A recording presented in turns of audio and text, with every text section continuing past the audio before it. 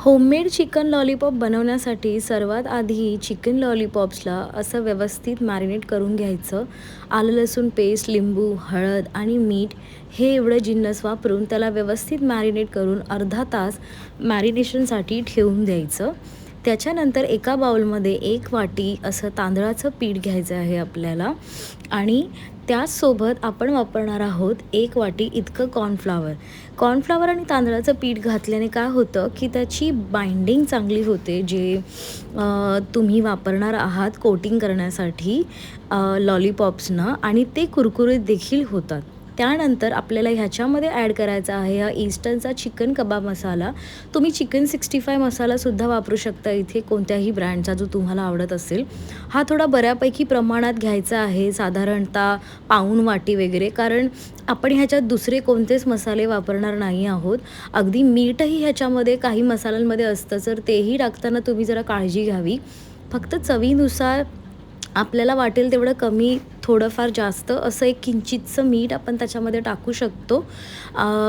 त्यानंतर आपण त्याच्यामध्ये टाकायचं आहे काश्मीरी लाल मिरची पावडर.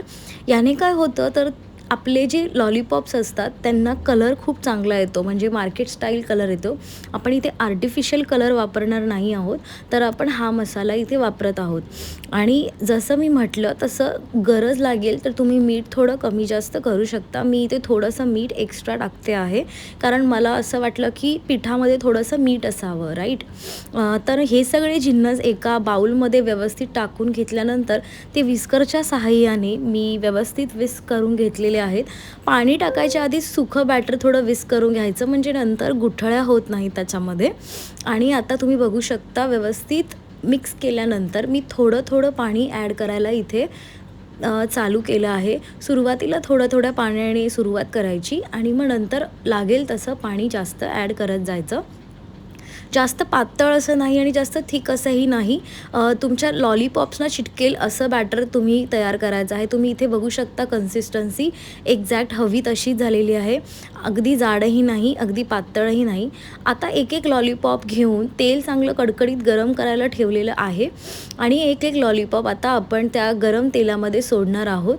सोडताना मात्र काळजी घ्यायची आहे, कारण तेल उडण्याची शक्यता असते. तर हळू प्रमाणामध्ये त्यांना थोडा वेळ तिथे धरून ठेवून मग हळूच तेलामध्ये सोडायचं आहे. एका वेळेला आम्ही 2 बॅचेसमध्ये करणार होतो, म्हणून आम्ही 4 लॉलीपॉप पहिले फ्राय केले होते आणि 4 लॉलीपॉप नंतर फ्राय केले होते. याने काय होतं, जास्त तेलही वापरायची गरज लागत नाही आणि लॉलीपॉप तुमचे तेलाला थंड करत नाही. जास्त प्रमाणामध्ये तेलात काही टाकलं की तेल त्याने जनरली थंड होतं, म्हणून थोड्या प्रमाणातच सुरुवातीला तळायला घ्यायचं. तुम्ही इथे बघू शकता लॉलीपॉप फ्राय होत आहेत ऑलमोस्ट आणि ते आतून चांगले शिजू द्यायचे.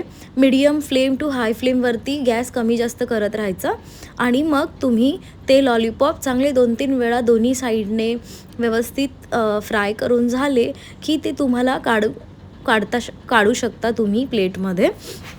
इथे तुम्ही बघू शकता आपले लॉलीपॉप एक्झॅक्टली जसं आपल्याला ढाबा स्टाईल मिळतं किंवा एखाद्या चायनीजच्या दुकानावरती मिळतं तसे दिसत आहेत. आता हे लॉलीपॉप आपण एका प्लेटमध्ये काढून घेऊया, म्हणजे आपण आपली दुसरी बॅचसुद्धा टाकूया. इथे मी आता माझे लॉलीपॉप प्लेटमध्ये काढून घेते आहे आणि दुसरे बॅचेस टाकण्यासाठी आपण रेडी आहोत.